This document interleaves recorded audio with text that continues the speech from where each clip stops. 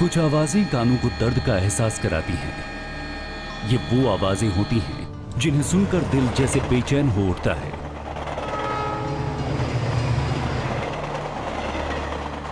Railway platform से लेकर बस अड्डे और गली मोहल्ले से लेकर बाजारों तक तरह तरह की आवाजें हमारी जिंदगी का अटूट हिस्सा होती हैं। लेकिन आवाजों की इस दुनिया में एक आवाज ऐसी भी है जिसे लेकर देश में बहस गर्म है, और ये आवाज अजान की आवाज है।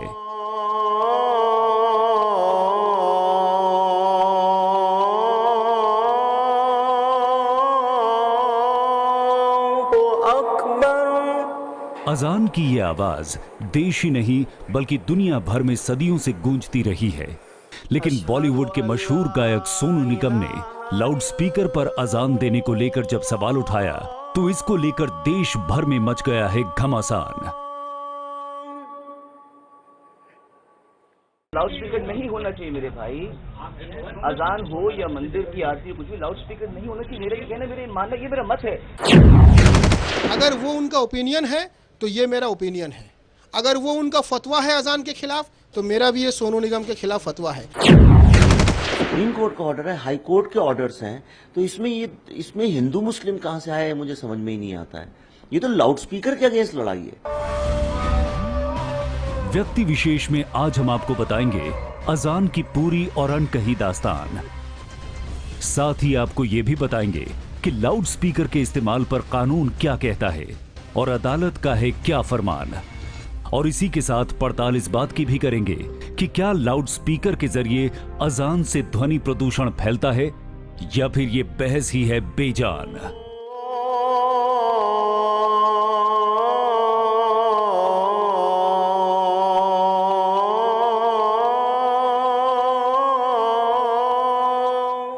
नमस्कार, व्यक्ति विशेष में आपका स्वागत है। मैं हूं रुमाना इसार खान।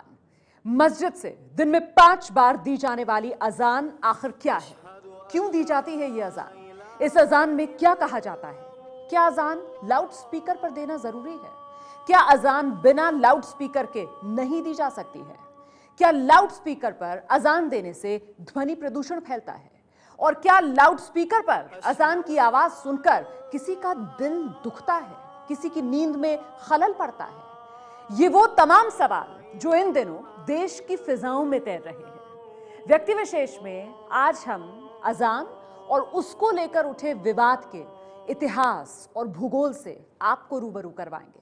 लेकिन सबसे पहले फटाफट देख लीजिए क्यों और कैसे उठा है लाउडस्पीकर पर अजान देने को लेकर ये पूरा विवाद। मशहूर गायक सोनू निगम ने लाउडस्पीकर पर अजान की आवाज से नींद में खलल की शिकायत करते हुए इसे शोर बताया। सोनू निगम ने ट्वीट में लिखा था कि सुबह लाउडस्पीकर से दी जाने वाली अजान से उनकी नींद खराब होती है। सोनू निगम का कहना है कि जब वो मुस्लिम नहीं है तो वो इस धार्मिक कट्टरता को बर्दाश्त क्यों करें। हालांकि सोनू निगम ने अपने निशाने पर मंदिर और गुरुद्वारों में बजने वाले लाउडस्पीकर को भी लिया है। सोनू के लाउडस्पीकर विवाद को लेकर पश्चिम बंगाल माइनॉरिटी यूनाइटेड काउंसिल के वाइस प्रेसिडेंट सैयद शाह कादरी ने फतवा जारी करते हुए कहा कि जो सोनू निगम को गंजा करेगा और पुराने जूते की माला पहनाएगा उसे 10 लाख का इनाम मेरी तरफ से दिया जाएगा। मौलवी सैयद शाह कादरी के फतवे के बाद बुधवार को सिंगर सोनू निगम ने अपना सिर मुंडवा लिया। इससे पहले एक ट्वीट कर कहा, आज दोपहर 2 बजे आलिम यानी हेयर स्टाइलिस्ट मेरे पास आएगा और मुझे गंजा करेगा। अपने 10 लाख रुपए रेडी रखो मौलवी। लाउडस्पीकर विवाद मामले को देखते हुए मुंबई पुलिस ने सोनू निगम के वर्सोवा स्थित बंगले नमः की सुरक्षा बढ़ा दी है। हाल ही में Sonu music reality show Indian Idol में बतौर जज नजर आए थे। इसके अलावा उन्होंने क्रिकेटर सचिन तेंदुलकर के म्यूजिक एल्बम क्रिकेट वाली बीट में भी काम किया है। मैं जहां रहता हूं बहुत ही अच्छी बात है कि 1-1 किलोमीटर या 2-2 किलोमीटर के दायरे में 8-10 मस्जिद है, अच्छी बात है। लेकिन उसके साथ साथ अगर एक अजान होती है, पूरी भी नहीं होती है, दूसरी सरी होती है, तीसरी सरी होती है, 15 मिनट तक चलता है, तो नेचुरली बाकी जो लोग हैं उनको तकलीफ होती है। तो मेरा सिर्फ इतना ही अनुरोध है कि इसके बारे में कुछ सोसाइटी, समाज, जो भी क्लरिक्स है उनको बैठ के सोचना चाहिए और कुछ ऐसी व्यवस्था करनी चाहिए कि लोगों को तकलीफ ना हो। नहीं तो क्या है कि इसी को इशू बना के फिर एक और राजनीति आ जाती है और वोट बटोरने की कोशिश हो रही है। ये देश धार्मिक देश है। यहाँ हिंदू, मुस्लिम, सिख, ईसाई सब अपने धर्म पे चलते हैं। अजान होती है, एक अच्छी सुरीली आवाज आती है। रात सोने के लिए बनी है, सुबह उठने के लिए बनी है। अगर अजान होने से उनको तकलीफ हो रही है तो मैं कह रहा हूँ आप कहीं और चले जाओ या अपने कान में रुई डाल लो। जब वो डिस्को रात भर करते हैं, गाना गाते हैं, चिल्लाते हैं तो उनको बुरा नहीं लगता। जब सुप्रीम कोर्ट का वर्डिक्ट है और उसके ध्वनि प्रदूषण के और लाउड स्पीकर के बारे में काफी सारे नियम है, मगर आज इसकी तरफ कोई ध्यान नहीं दे रहा। मुंबई पुलिस या कोई भी महाराष्ट्र पुलिस भी हो, इसका इम्प्लीमेंटेशन नहीं हो रहा है। आज हम देखते हैं कि ये इलीगल है, सारे जो लाउड स्पीकर्स है मस्जिदों के ऊपर वो इलीगल है, फिर भी आज तक किसी की हिम्मत नहीं होती कि उनको उतारे। हम लोगों ने सबने धर्म को एक आडंबर में और दिखावे में परिवर्तित कर दिया है। अगर अजान तेज चलती है तो जागरण भी ऐसे होते हैं कि लोग रातों रात सो नहीं पाते हैं। आरतियां भी मंदिरों से बजने लगी हैं, उनकी घंटियां भी सुनाई पड़ने लगी हैं। और धर्मों में भी इस तरीके की चीज़ें हो रही हैं, सब में नहीं कि कुछ धर्मों में हो रही हैं। तो एक व्यापक रूप से समाज को इस बारे में सोचना चाहिए कि क्या हम धर्म को लाउड स्पीकरों के वशीभूत कर देंगे या उसको आध्यात्म के साथ और अपने निजी जिंदगी के साथ जोड़ के रखेंगे।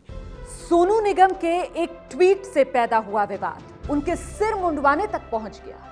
हालांकि सोनू ने अपने ट्वीट को लेकर सफाई पेश कर दी, लेकिन जाने या अनजाने में उन्होंने एक ऐसे विवाद को जन्म दिया है जो धार्मिक कामों में लाउड स्पीकर के इस्तेमाल पर बड़ा सवाल खड़ा कर रहा है। सोनू ने अपनी ट्वीट में कहा है कि ईश्वर सब पर कृपा करे।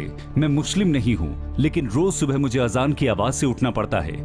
आखिर कब भारत से ये जबरन धार्मिक भावना थोपना खत्म होगा? वैसे जब मोहम्मद ने इस्लाम बनाया था तब बिजली नहीं थी, फिर एडिसन के आविष्कार के बाद शोरगुल की क्या जरूरत है? मुझे नहीं लगता कि कोई मंदिर या गुरुद्वारा बिजली का इस्तेमाल उन लोगों को जगाने के लिए करते हैं जो उस धर्म का पालन नहीं करते। तो फिर ऐसा क्यों? गुंडागर्दी है बस। इस ट्वीट के बाद जब विवाद बढ़ा तो सोनू निगम ने बाकायदा अपनी सफाई भी पेश कर दी। तो मेरा ओपिनियन ये है कि चाहे वो मंदिर हो, चाहे वो गुरुद्वारा हो, चाहे वो मस्जिद हो, वहां पर लाउड स्पीकर कोई रिलीजियस नेसेसिटी नहीं है, क्योंकि लाउड स्पीकर का आविष्कार एडिसन की इलेक्ट्रिसिटी के बाद में हुआ है। तो ये कोई धर्म का हिस्सा नहीं है कि बहुत सदियों से चलती आ रही बात। ये एक मेरे हिसाब से जब किसी मंदिर के ऊपर या किसी मस्जिद के ऊपर लाउड स्पीकर लगाया जाता है तो ये एक स्टेटमेंट बोली जाती है कि मैं देखो तुम सबको बता रहा हूँ यहाँ पे मेरा रिलीजन तो चलता है। मेरे हिसाब से ये गुंडागर्दी है, ये मेरा मानना है। आपके लिए शायद ये लाड प्यार होगा, मेरे लिए लाड प्यार नहीं है। मेरे लिए ये गुंडागर्दी है कि कोई अपने धर्म को जोर जोर से, और मैं इक्वली प्रोफेशनल, मैंने पहले भी ट्वीट में लिखा हुआ है, ये जो रास्ते में जब फेस्टिविटीज होती हैं, मैं कोई नाम नहीं लूंगा, उसमें जो लोग दादागिरी से करके नाचते हैं, ए हटो, ये करो वो करो, इन लोगों की तकलीफ हो जाती है, पुलिस की तकलीफ हो जाती है। और क्या कर रहे हैं वो? बेसिकली धर्म के नाम पे शराब पी के नाच रहे होते हैं, फिल्मी गाने बजा रहे होते हैं। मतलब ये दादागिरी नहीं है। अगर मैं ये इशू कह रहा हूँ तो आप बुद्धिजीवियों को मेरी बात समझ के इस बात को सही तरीके से पेश करना चाहिए। मैंने ये कहा था कि अगर कोई इंसान सोनू निगम को टकला करके, सड़ मुड़वा के, उसके गले में फटीचर से फटीचर क्वालिटी का जूता का माला पहना के, कोई ब्रांडेड क्वालिटी का जूता होने से नहीं चलेगा, मगर एकदम लोकल फटीचर से फटीचर क्वालिटी का जूता का माला पहना के अगर हिंदुस्तान का 100, 125, 130, 150 जितना भी करोड़ है हिंदुस्तानी, हर घर में वो घूमेगा, क्योंकि वो पब्लिकली बोला है, मीडिया में माफ़ी मांगने से नहीं होगा। वो अगर हर घर में घूम के वो माफ़ी मांगे, क्योंकि ये हिंदुस्तान के शान के खिलाफ है, तो अगर ऐसा वो 3 काम करे, एक तो सर को टकला करना, जो वो कर लिया है, अभी भी 2 काम बाकी है, तो ये 2 काम अगर वो कर ले तो मैं प्रेस कॉन्फ्रेंस बुला के मैं 10 लाख रुपया का चेक उसके हाथ में दे दूंगा। गायक सोनू निगम को लाउड स्पीकर से आने वाली अजान की आवाज पर आपत्ति है। उधर रजा अकेडमी ने दावा यह किया है कि सोनू निगम के घर के 1 किलोमीटर के दायरे में कोई मस्जिद ही नहीं है, लिहाजा हमने इन आरोप प्रत्यारोप का रियलिटी चेक किया है। हम इस वक्त मुंबई के वर्सोवा इलाके में हैं। वर्सोवा इलाके में यह आप नमः बंगलो देख रहे हैं, यह सोनू निगम का बंगलो है। यह 3 मंजिला बंगलो है। आप इस बंगले की बनावट को देखें तो ये लगभग हर तरह से पैक नज़र आता है। खिड़कियां लगी हुई हैं। हर तरह से पैक होने का एक बड़ा कारण है कि हर कमरे में एसी लगा हुआ है। ज़रूरत की, रोज़मर्रा के इस्तेमाल की, जिम की, स्टूडियो की हर चीज़ें इस बंगले में मौजूद हैं।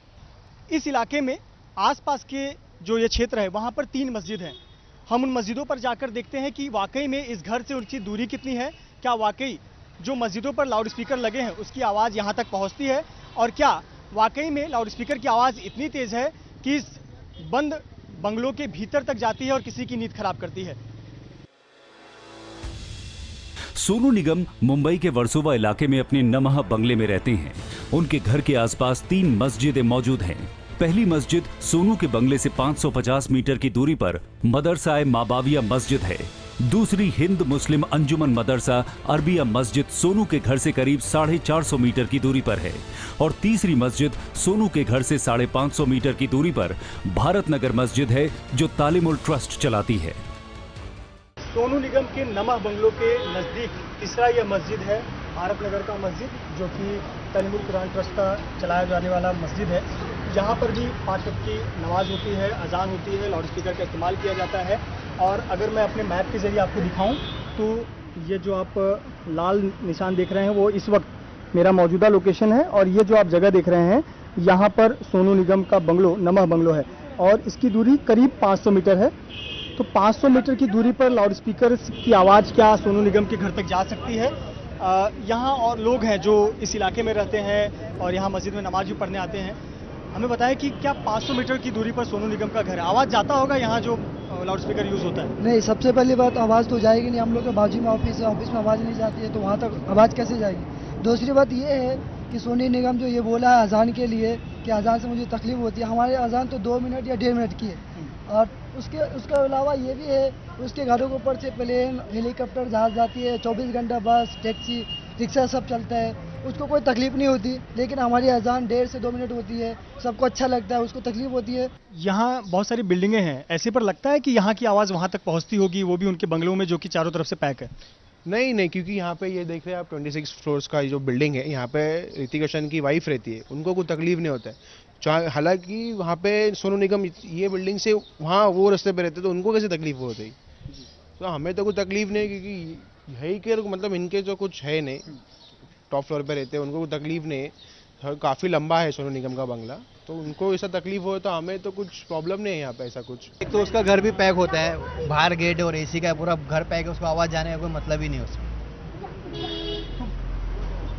इस जहाँ पर सोनू निगम रहते हैं उनके इलाके के आसपास में 3 मस्जिद हैं। हमने तीनों ही मस्जिदों का जायजा लिया, और ये जो तीनों मस्जिद हैं वो 500 मीटर से ज़्यादा दूरी पर हैं।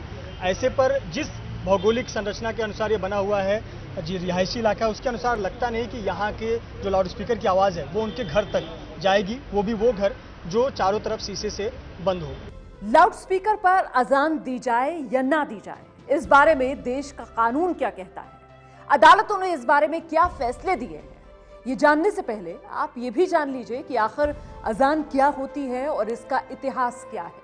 एक टाइप का सायरन है जिसके ज़रिया लोगों को बुलाया जाता है कि फ़लाँ जगह यानी मस्जिद के अंदर आप आ जाइए नमाज़ पढ़ने के लिए। ये सबसे पहले चीज़ तो ये समझना चाहिए, बाज़ लोगों को ये गलत फहमी है कि अज़ान अपने आप में इबादत है तो खुदा तो बहरा नहीं है, फिर इसके लिए इतनी ऊंची आवाज़ से बोलने की क्या ज़रूरत। इस्लाम के अंदर नमाज को ज़रूरी करार दिया गया, फ़र्ज़ हुआ, तो ऐसी सूरत में अब मस्जिदों में लोग कैसे इकट्ठा हों?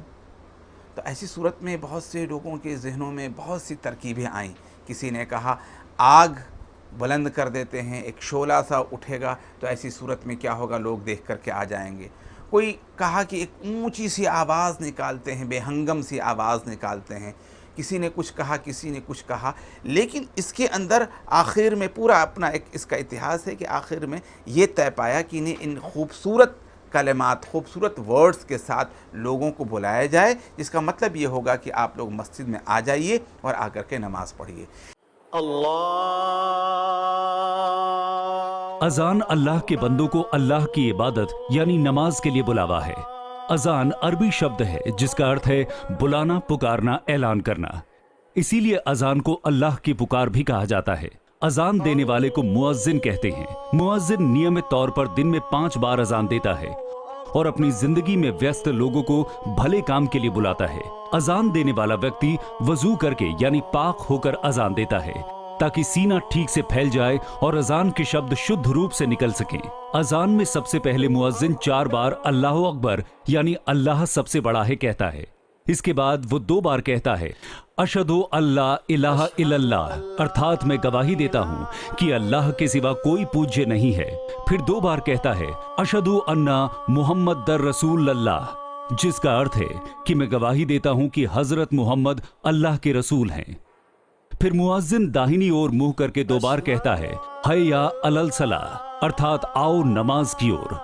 फिर दाईं ओर मुंह करके 2 बार कहता है हय्या अलल फलाह, यानी आओ कामयाबी की ओर। इसके बाद वो सामने यानी पश्चिम की ओर मुंह करके कहता है अल्लाहु अकबर, अर्थात अल्लाह सबसे बड़ा है। अंत में 1 बार कहता है ला इलाहा इल्लल्लाह, अर्थात अल्लाह के सिवा कोई पूज्य नहीं है। फजर यानी सुबह की अजान में मुअज्जिन 1 वाक्य अधिक कहता है अस्सलात खैरुम मिनन नौम, अर्थात नमाज नींद से बेहतर है। सुबह यानी फजर की इसी अजान को लाउडस्पीकर पर देने को लेकर ही सोनू निगम ने सवाल उठाया है। कई हमारे हिंदू भाई इसी अजान को सुन करके उनको वक्त का सही अंदाज़ा होता है और वो सवेरे योगा करने भी जाते हैं। तो ये हमारे कम्युनल हारमोनी और गंगा जमनी तहजीब की ये सब चीज़ें हैं। मंदिरों में शंख बजते हैं, भजन गाए जाते हैं, गुरुद्वारों में बड़े बड़े प्रोग्राम होते हैं, क्रिश्चियन कम्युनिटी के यहाँ होते हैं। अल्लाह करम है, भगवान ईश्वर का करम है कि हमारे मुल्क में कभी भी इन बातों पर कोई भी किसी ने इतराज़ नहीं किया है। एक इंसान को तकलीफ हो और कहे कि इंजेक्शन नहीं लगवाए, ऑपरेशन नहीं करवाए, उसे तकलीफ होगी। लेकिन भाई ऑपरेशन और इंजेक्शन तो इसलिए दिया जाता है ना कि उसके इलाज को दूर किया जा सके, उसकी बीमारी को दूर किया जा सके। ये अजान एक रूहानियत, एक स्पिरिचुअलिटी, एक इंसान के अंदर वो क्वालिटी पैदा करती है कि बेहतरीन शहरी बन सके। बड़ी अजीब बात यह है कि चीज़ों की हकीकत को समझे बगैर मामूली फ़ायदे के लिए इतनी बड़ी बात कह देना जिससे मुल्क का इतना बड़ा नुकसान हो जाए, बहुत अफसोसनाक पहलू है ये। मैं समझता हूँ कि सोनू निगम जैसे लोगों का बाकायदगी के साथ एक ओरिएंटेशन होना चाहिए और ऐसे लोगों से बातचीत करनी चाहिए और हिंदुस्तान की जो सभ्यता है उनको समझने और समझाने की ज़रूरत है। ठीक है, उन्होंने एक बात कह दी, उसको ज़्यादा इशू बनाने की ज़रूरत नहीं है। और चूँकि हमारे मुल्क में हमेशा से ये बात होती रही कि जैसा कि मैंने आपको बताया कि कभी भी मज़हब की चीज़ों को इस शर्त के साथ कि दूसरे लोगों को तकलीफ़ ना हो, आप अपने दायरे में रहते हुए अगर आप अपने मज़हब के उम्र को अंजाम देते हैं तो कोई वैसी बात नहीं है। हमारे मुल्क ने हमेशा इस बात को एप्रिशिएट किया है। कानून में जमहूरी कानून है, यहाँ पर हर एक तरह के लोग एक दूसरे के मोहब्बत करने वाले, एक दूसरे के इबादतों का एहतराम करने वाले मौजूद हैं। क्या लाउडस्पीकर पर आजान देने से ध्वनि प्रदूषण फैलता है? ध्वनि प्रदूषण का पूरा विज्ञान भी हम आपको बताएंगे, लेकिन उससे पहले लाउडस्पीकर पर अजान को लेकर विरोध जताने वाले गायक सोनू निगम की कथनी और करने का फर्क भी देख लीजिए। ये बात करीब 4 साल पुरानी है, जब सोनू निगम पहुंचे थे अजमेर।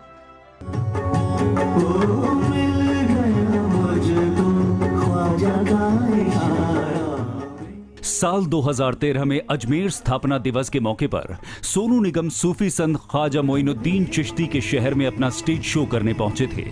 इस कार्यक्रम में राजस्थान की तत्कालीन पर्यटन मंत्री बीना काक, शिक्षा राज्य मंत्री नसीम अख्तर इंसाफ समेत पुलिस और प्रशासन के आला अधिकारी भी मौजूद थे और इन सब की मौजूदगी में सुप्रीम कोर्ट के आदेश की धज्जियां उड़ती रहीं। दरअसल सुप्रीम कोर्ट ने रात 10 बजे से सुबह 6 बजे तक लाउडस्पीकर के इस्तेमाल पर रोक लगा रखी है, लेकिन सोनू निगम का ये शो देर रात तक चलता रहा। दिलचस्प बात यह है कि कार्यक्रम के दौरान कोर्ट का आदेश याद दिलाने के बावजूद उसे नजरअंदाज कर दिया गया था। देखिए, मेरी गुजारिश है बीना जी, किसी से कह दें वहां पे जाके एक साउंड में जाके बोले, क्योंकि कहा गया है वक्त है, लेकिन वहां कहने वक्त नहीं था। तो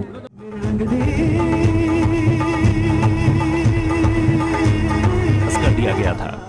जाहिर है मंत्री जी ने मंजूरी दे दी तो फिर रोकने वाला कौन था? खास बात यह भी है कि कार्यक्रम स्थल से सिर्फ 200 मीटर की दूरी पर ही अजमेर का सबसे बड़ा जवाहरलाल नेहरू अस्पताल मौजूद था। लेकिन हैरत की बात है कि इस कार्यक्रम के दौरान ना तो किसी को मरीजों की तकलीफ का ध्यान था और ना ही उन हजारों बच्चों की पढ़ाई का, जिनका उन दिनों इम्तिहान चल रहा था। 19 साल की उम्र में गायक बनने मुंबई आई सोनू निगम आज 43 साल के हो चुके हैं। अपने 24 साल के फिल्म सफर में सोनू निगम ने कई उतार चढ़ाव देखे हैं। शुरुआत में टी सीरीज के लिए रफी की यादें नाम के एल्बम के लिए उन्होंने गाने गाए। टी सीरीज के मालिक गुलशन कुमार ने ही सोनू निगम को ज्यादा लोगों तक पहुंचने का मौका दिया था। एक प्लेबैक सिंगर के तौर पर फिल्म जन्म के लिए सोनू निगम ने पहला गाना गाया था, लेकिन यह फिल्म कभी रिलीज नहीं हो सकी। सोनू निगम ने संघर्ष के दिनों में रेडियो विज्ञापन से लेकर टीवी शो सारे गामा पा तक का संचालन किया। टाइम लगता है हर चीज में। इंडिया में थोड़ा सा ये कॉन्शियस एफर्ट थी आपकी? इंडिया में क्या होता है कि जब कोई आदमी टाइपकास्ट हो जाता है तो फिर उसको उसी जॉनर में देखते हैं लोग। और उस समय जब मैं आया था 91 में, तब तो इतना मीडिया भी नहीं था, तो एक ही तरीका था, बस काम मांगो लोगों से, काम मांगो, ऑफिसों के बाहर खड़े रहो 6-6, 7-7 घंटे तक। तो बड़ी मुश्किल से काम मिला, फिर वर्जन्स गाने का मौका मिला और थोड़ी बहुत फिल्मी गाने गाता रहा मैं, कैसेट के आखिरी 7वें 8वें गाने में ऐसे होता रहा। तो उसके बाद में 97 में वो गाना आया, ये दिल दीवाना परदेस, उस गाने से। ये दिल दीवाना दीवाना है, ये दिल दीवाने ने मुझको भी कर डाला दीवाना। मैंने उसके शहर को छोड़ा, उसकी गली में दिल को तोड़ा, फिर भी सीने में धड़कता है ये दिल।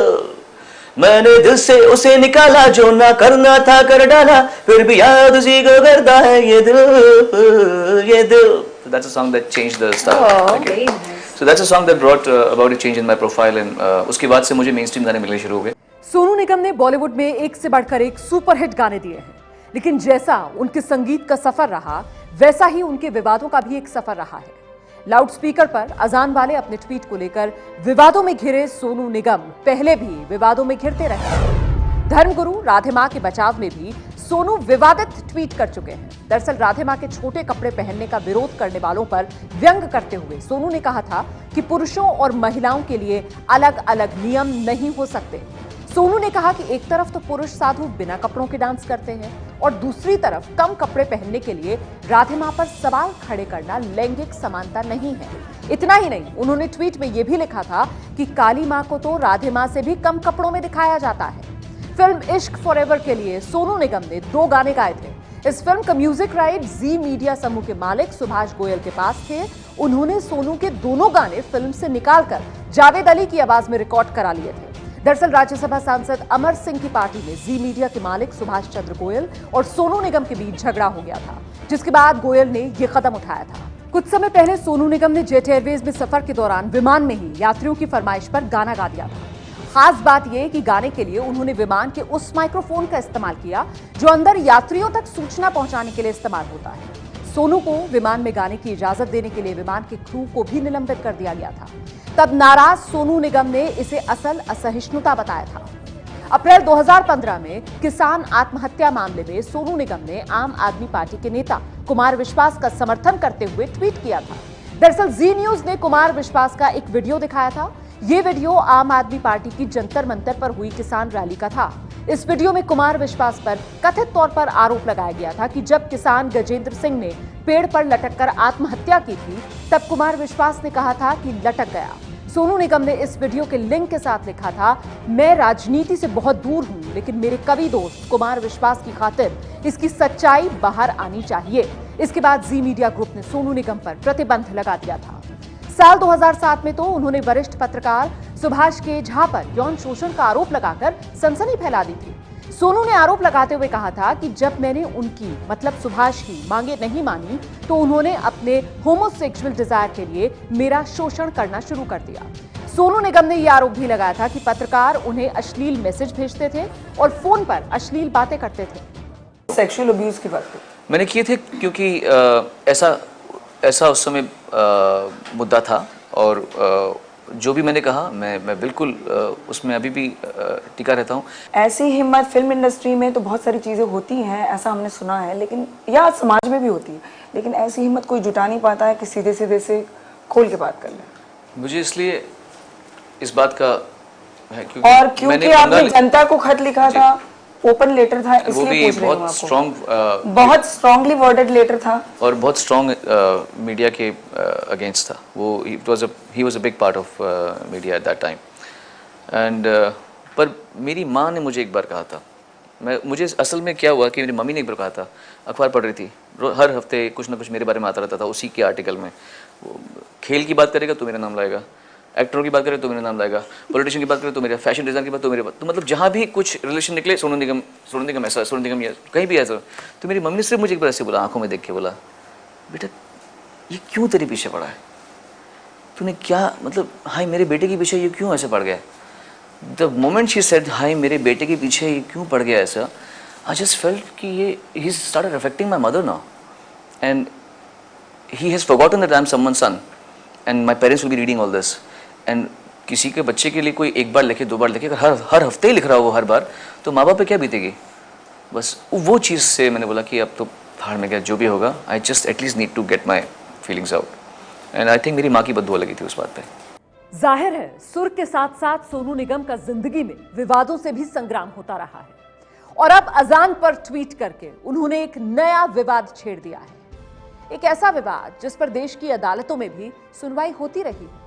सुप्रीम कोर्ट के फैसले के आधार पर तमाम राज्यों ने अपने यहाँ नियम कानून बनाए हैं, कहीं इनका पालन होता है, कहीं उपेक्षा कर दी जाती है। 2014 में नवी मुंबई के एक शख्स ने आरटीआई आवेदन के जरिए इस बात का पता लगाया कि 49 में से 45 मस्जिदों में अवैध तरीके से लाउडस्पीकर चलाए जा रहे हैं, जहां ध्वनि का स्तर भी तय सीमा से बहुत ज्यादा है। शख्स ने इस बात की जानकारी बॉम्बे हाईकोर्ट को दी और हाईकोर्ट ने अवैध लाउडस्पीकर हटाने का आदेश जारी कर दिया। 66 साल के मोहम्मद अली और बाबू भाई लाउडस्पीकर से दी हुई अजान को गैर इस्लामिक मानते हैं। बाबू भाई ने लाउडस्पीकर पर रोक लगाने के लिए लंबी कानूनी लड़ाई लड़ी है। उन्होंने अपने दावे को मजबूत बनाने के लिए धर्म ग्रंथों के साथ मौलवियों के 64 फतवे भी ढूंढ निकाले हैं। बाबू भाई ने मुंबई के बहरामपाड़ा और भारत नगर जैसे मुस्लिम बाहुल इलाकों की 7 मस्जिदों पर से सारे लाउडस्पीकर उतरवा दिए हैं। अल्लाहुम्मा रब्ब हाज़िही दावत ताम्मा। और दूसरी बात ये दावत ताम्मा है, ये ऐलान आम्मा नहीं है, जनरल अनाउंसमेंट नहीं है, ये ख़ास अनाउंसमेंट है जो ख़ास तरीके से इसको मस्जिद के हिस्से में लगाई जाती है। एक आवाज़ है जो एक इंसानी आवाज़, जो मानवीय आवाज़ है, पर्सनल जो इंसान की आवाज़ है, उसी आवाज़ में आवाज़ लगा दो और दुआ पढ़ के अंजाम अल्लाह पे छोड़ दो। अब उस आवाज़ को कहाँ पहुँचाना है, कहाँ नहीं पहुँचाना, किसको लाना है, किसको नहीं लाना, किसको सुनाना है, किसको नहीं सुनाना, ये सब अल्लाह ताला का लुकआउट है, हमारा लुकआउट नहीं है। हमारे जिम्मे सिर्फ आवाज़ पहुँचाने का है। अब वो माइक इसलिए लगा दिया है कि उसको जनरल अनाउंसमेंट समझते हैं, तो चलो आपने जनरल अनाउंसमेंट करके लगा दिया, तो इसमें जिन लोगों का अजान से कोई ताल्लुक़ नहीं है या वो जो उस मज़हब के नहीं है या उनको उसमें कोई इंटरेस्ट नहीं है या अजान सुन के मस्जिद में जाने वाले भी नहीं हैं, तो वो तो डिस्टर्ब महसूस करेंगे ना।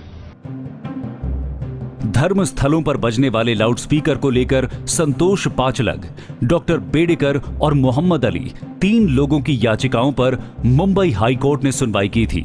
बॉम्बे हाईकोर्ट के जस्टिस ओके और जस्टिस सैयद अमजद ने अगस्त 2016 में इस मामले में फैसला सुनाते हुए कहा, देश में कहीं भी लाउडस्पीकर का इस्तेमाल रात 10 बजे से सुबह 6 बजे के बीच करने वालों पर 1 लाख रुपए तक का जुर्माना और 5 साल तक की जेल की सजा होगी।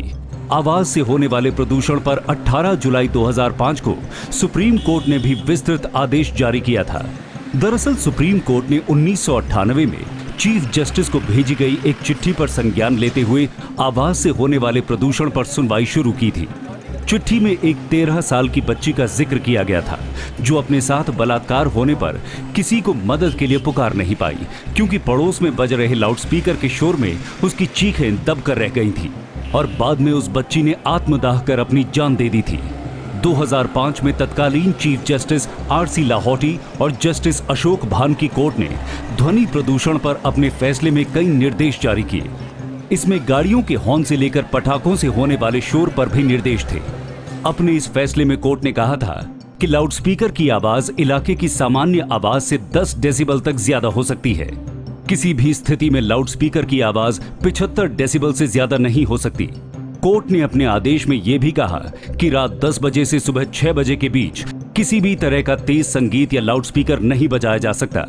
खास बात यह भी है कि इस आदेश में कोर्ट ने कहीं भी इस बात का जिक्र नहीं किया कि धार्मिक कार्यक्रम इस पाबंदी से बाहर हैं। सुप्रीम कोर्ट ने कहा कि भाई ये जो नॉइज पोल्यूशन कंट्रोल रूल्स हैं उसमें पावर है सेंट्रल गवर्नमेंट को भी, स्टेट गवर्नमेंट को भी, पुलिस को भी और दूसरी agency central pollution control board, state pollution control board कि आप एक वार्निंग दीजिए कि भाई ये जो आप शोर मचाते हो, सुबह से शुरू कर देते हो अपना प्रवचन या अजान, तो एक दो वार्निंग दीजिए। अगर वो नहीं मानता है तो आप घुस के अंदर उसका लाउड स्पीकर सीज करके बाहर आ जाइए, क्योंकि अजान और जागरण बंद करना ये अभी क्लियर नहीं है, ऐसे बंद नहीं किया जा सकता है, लेकिन एम्पलीफायर और लाउड स्पीकर को अंदर घुस के सीज करना वो अलाउड है। अदालत ने ध्वनि प्रदूषण को लेकर जो फैसले दिए वो विज्ञान के पैमाने के हिसाब से तय किए गए। जिस तरह वजन को किलोग्राम में मापा जाता है, ठीक उसी तरीके से ध्वनि को मापने का पैमाना डेसिबल है। अब आप ध्वनि प्रदूषण का ये आसान सा विज्ञान भी समझ लीजिए। ध्वनि प्रदूषण या शोर किसी भी प्रकार की ऐसी अनावश्यक और अनुपयोगी आवाज को कहते हैं जिससे इंसान और जानवरों को परेशानी होती है और इससे कई तरह की बीमारियां भी होती हैं। अब ये भी समझ लीजिए कि ध्वनि प्रदूषण कैसे मापा जाता है और कैसे पता चलता है कि ये ध्वनि प्रदूषण है। 55 से 65 dBA तक आप कर सकते हैं। इसी तरह रात में 45 से बढ़कर 55 dBA तक आप शोर मचा सकते हैं, मतलब नॉइज़ कर सकते हैं। अब ये नॉइज़ का मतलब क्या है? अब नॉइज़ अलग अलग चीज़ें हैं। कोई गाना बज रहा है, कोई यंग मैन है वो नाच रहा है, उसको बड़ा अच्छा लग रहा है, कोई एल्डरली पर्सन है या कोई स्टूडेंट है जो अपने पढ़ाई कर रहा हो या जिसका एग्ज़ाम हो नेक्स्ट डे, तो उसके लिए ये अनवांटेड साउंड है। अनवांटेड साउंड का मतलब ये है कि मुझे अच्छा नहीं लग रहा है, ये मुझे शोर लग रहा है, ये आवाज़ जो आ रही है, साउंड आ रहा है, ये मुझे अच्छा नहीं लग रहा है, ये अनवांटेड है, मुझे इच्छा नहीं है ये सुनने की। तो ये हमारा फंडामेंटल राइट है। जिस तरह वजन को किलोग्राम में और तरल पदार्थ को लीटर में मापा जाता है, ठीक इसी तरह ध्वनि या आवाज को मापने का पैमाना डेसिबल होता है। खास बात यह है कि इंसान कम से कम 0 डेसिबल तक की आवाज को सुन सकता है। 0 डेसिबल की आवाज पेड़ के पत्तों की सरसराहट जितनी तीव्र होती है। सामान्य तौर पर घरों में जो बातचीत की जाती है वो आवाज 30 डेसिबल के आसपास होती है। सामान्य तौर पर एक लाउडस्पीकर 80 से 90 डेसिबल की आवाज पैदा करता है। विश्व स्वास्थ्य संगठन के मुताबिक रात में 40 डेसिबल की आवाज और दिन में 80 डेसिबल से ज्यादा की आवाज का स्वास्थ्य पर बुरा असर पड़ता है और इस तरह 40 डेसिबल से ज्यादा की ध्वनि या आवाज को मोटे तौर पर ध्वनि प्रदूषण माना जाता है। गायक सोनू निगम को भी लाउडस्पीकर पर होने वाली अजान की आवाज से परेशानी है। दरअसल सोनू निगम मुंबई में रहते हैं और सेंट्रल पोल्यूशन कंट्रोल बोर्ड के मुताबिक मुंबई देश का सबसे ज्यादा शोर करने वाला शहर है। 2014 में मुंबई में ध्वनि प्रदूषण का औसत स्तर 70 डेसिबल था, यानी लाउडस्पीकर से थोड़ा कम शोर हर वक्त मुंबई शहर में बना रहता है। ट्रैफिक का प्रदूषण है और मंदिर इतने बनते जा रहे हैं, हर कोने में एक मंदिर बन रहा है। उसके साथ इतनी मस्जिदें नहीं बन रही हैं, लेकिन मस्जिदें भी बनती चली जा रही हैं।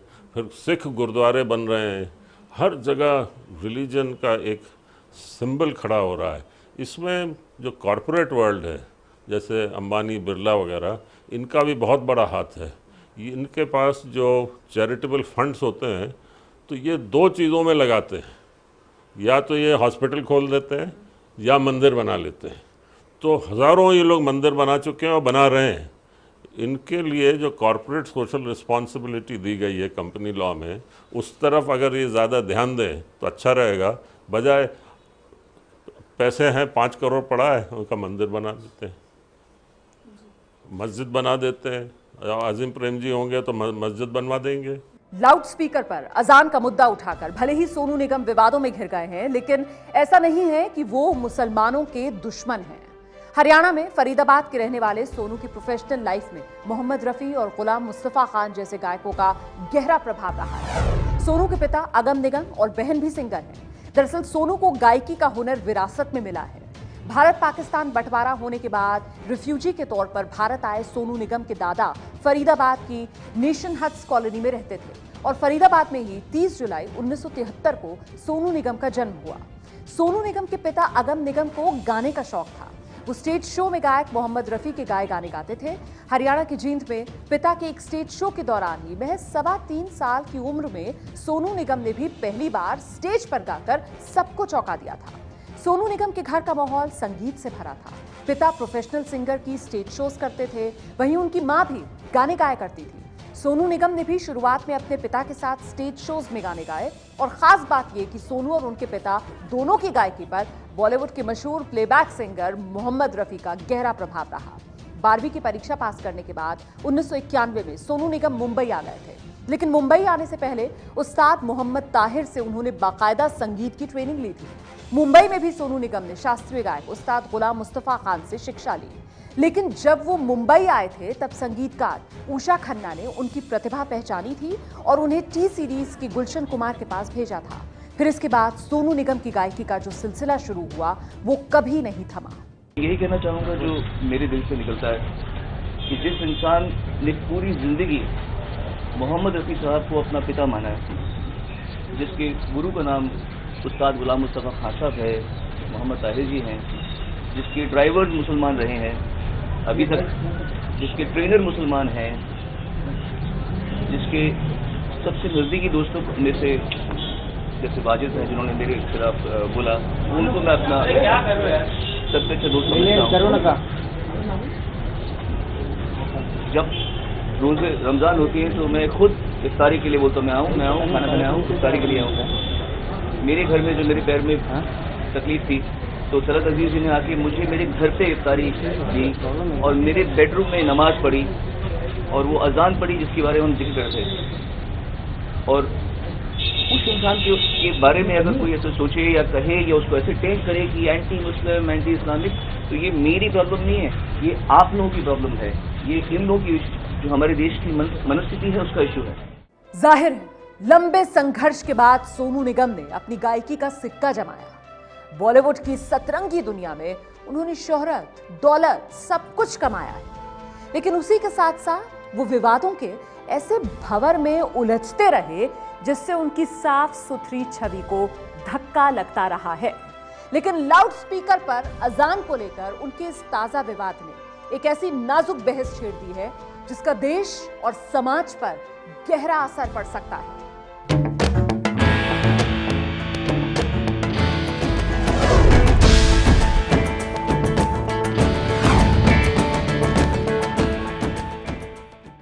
ये है एबीपी न्यूज़, आपको रखे आगे।